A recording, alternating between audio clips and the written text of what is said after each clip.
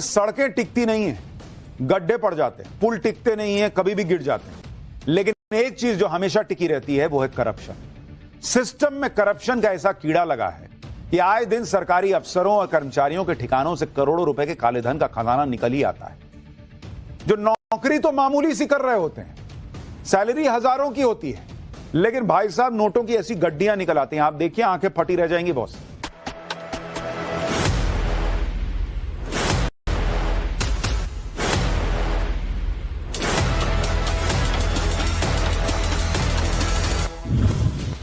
कलाकुप्पा निंदागुड़ी, पूर्व clerk, Karnataka rural infrastructure development limited, salary 15,000 रुपए महीना।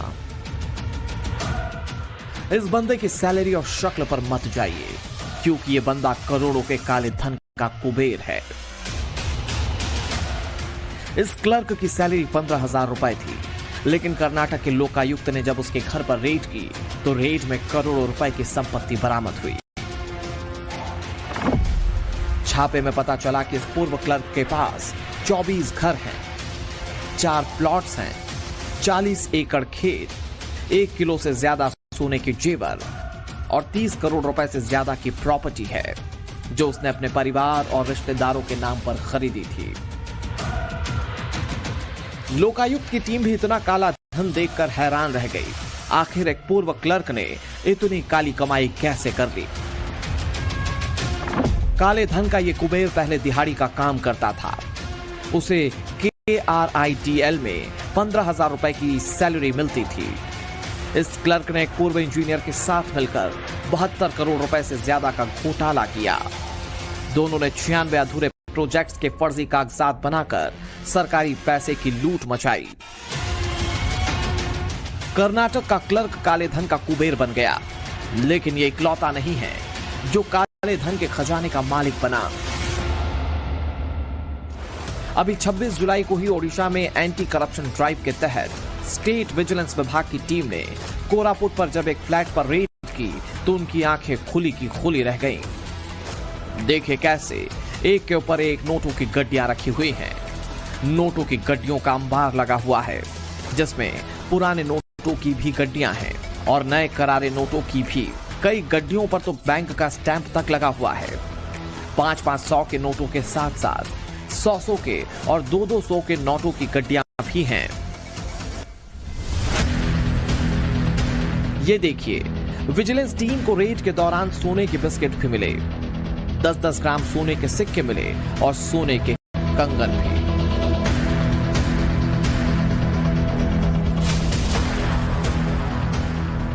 ओडिशा विजिलेंस विभाग की टीम को फ्लैट में एक तिजोरी मिली और जैसे ही तिजोरी खुली, विजिलेंस विभाग की टीम के होश उड़ गए। देखिए, पूरी तिजोरी नोटों की गड्डियों से ठसाठस भरी हुई है। अभी तो और देखिए, तिजोरी के अंदर एक और तिजोरी है और जब इसे खोला गया तो इसमें भी कैश भरा हुआ था। अब आप सोच रहे होंगे कि जरूर ये किसी बड़े ज्वेलर या बड़े बिजनेसमैन के ठिकानों पर की गई रेट में इतना काला धन मिला है, और अगर आप ऐसा सोच रहे हैं तो बिल्कुल गलत है।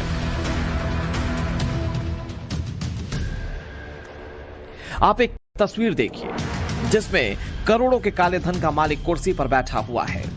पीछे दीवार पर सीलन आई हुई है। इसकी हालत देखकर कहीं से यह लग रहा है कि ये काले धन का कुबेर हो सकता है। ऐसा लग रहा है जैसे कहीं कोई छोटी मोटी नौकरी ये करता हो। वैसे ये बात सही भी है, करता तो ये नौकरी ही है, लेकिन सरकारी नौकरी। काले धन का ये कुबेर ओडिशा के वन विभाग का डेप्यूटी रेंजर रामचंद्र नेपाक था, जिसने साल 1989 में फॉरेस्ट गार्ड के तौर पर नौकरी की शुरुआत की। आरोपी रामचंद्र नेपाक अभी ओडिशा में कोरापुट के जयपुर फॉरेस्ट रेंज में तैनात था। विजिलेंस विभाग के मुताबिक उसकी मंथली सैलरी नेट 69,680 रुपए थी। डिप्टी रेंजर रामचंद्र नेपाक पर आय से अधिक संपत्ति रखने का आरोप है, जिस पर विजिलेंस विभाग की काफी वक्त से नजर थी और पुख्ता जानकारी मिलने के बाद उसके कई ठिकानों पर रेड डाली गई, जिसमें अब तक करीब 1 करोड़ 4 लाख रुपए से ज्यादा कैश मिला है। गोल्ड के 4 बिस्किट, 10-10 ग्राम के सोने के 16 सिक्के, गोल्ड और डायमंड की ज्वेलरी मिली है, 3 फ्लैट के कागजात मिल चुके हैं। वो 3 फ्लैट के कागजात। यहां लोग एक घर नहीं खरीद पाते, वन विभाग में डिप्टी रेंजर 3 फ्लैट, इतना कैश, सोना। आप देखिए कि देश में सरकारी सिस्टम में भ्रष्टाचार का लेवल क्या है। पिछले साल दिसंबर में मध्य प्रदेश के परिवहन विभाग के पूर्व कांस्टेबल सौरभ शर्मा के पास से 100 करोड़ रुपए का काला धन पकड़ा गया था, जिसमें 10 लाख रुपए तो कैश ही मिले थे। साथ ही में आरोपी के कार से 52 किलो सोने के बिस्किट मिले थे।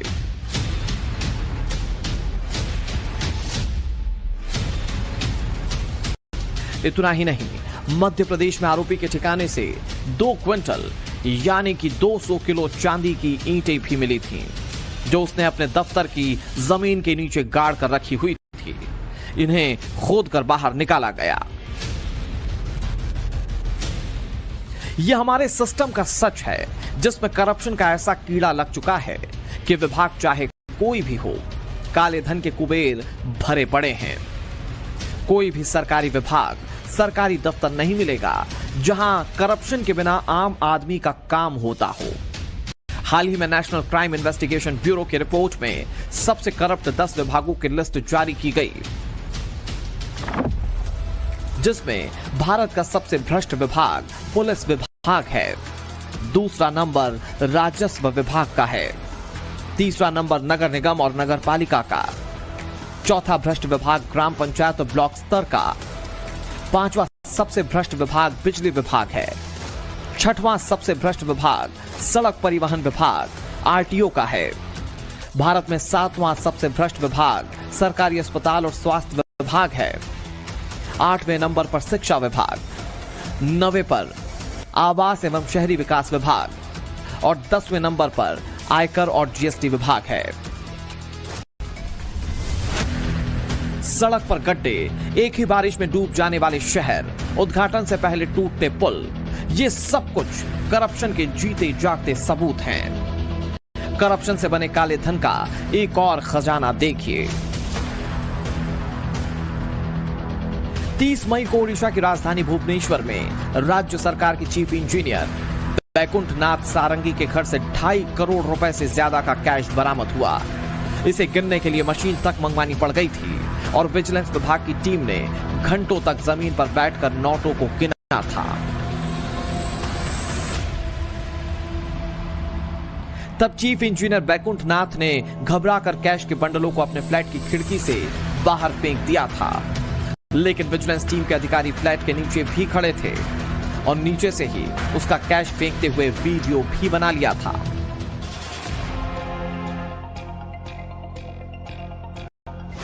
इंजीनियर ने जो कैश खिड़की से फेंका था, उसे विजिलेंस की टीम ने रिकवर कर लिया।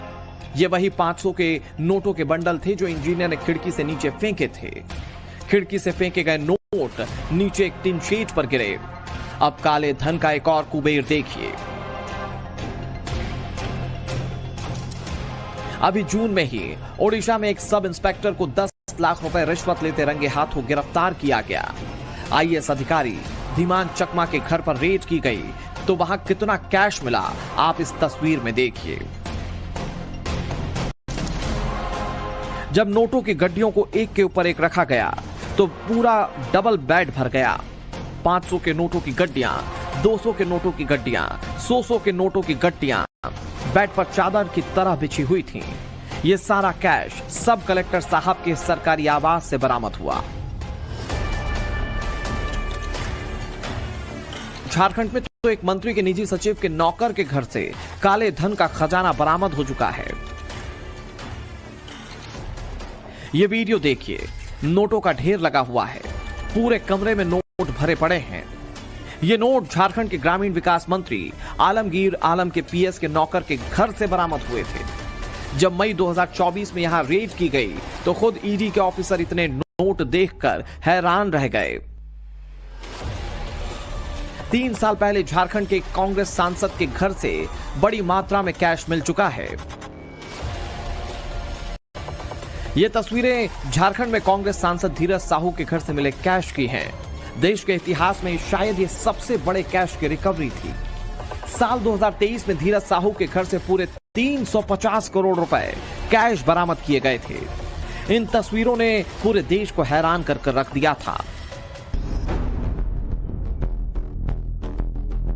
धीरज साहू के घर से इतना कैश अलमारियों में ठूस ठूस कर रखा गया था। गोदाम में अलमारियों में रखे कई नोटों के बंडल तो चिपक गए थे। नोटों को गिनने में कई हफ्तों का समय लग गया था। मतलब क्लर्क से लेकर आईएएस तक, संतरी से लेकर मंत्री तक करप्शन के काले सागर में गोते लगा रहे हैं, अपनी तिजोरियां भर रहे हैं, इतना काला धन बना रहे हैं जिसे रखने तक की जगह नहीं है। आप छोटे छोटे क्लर्क लेवल के लोगों की धौंस देख लीजिए कि वे लोगों को अपना नौकर समझते हैं।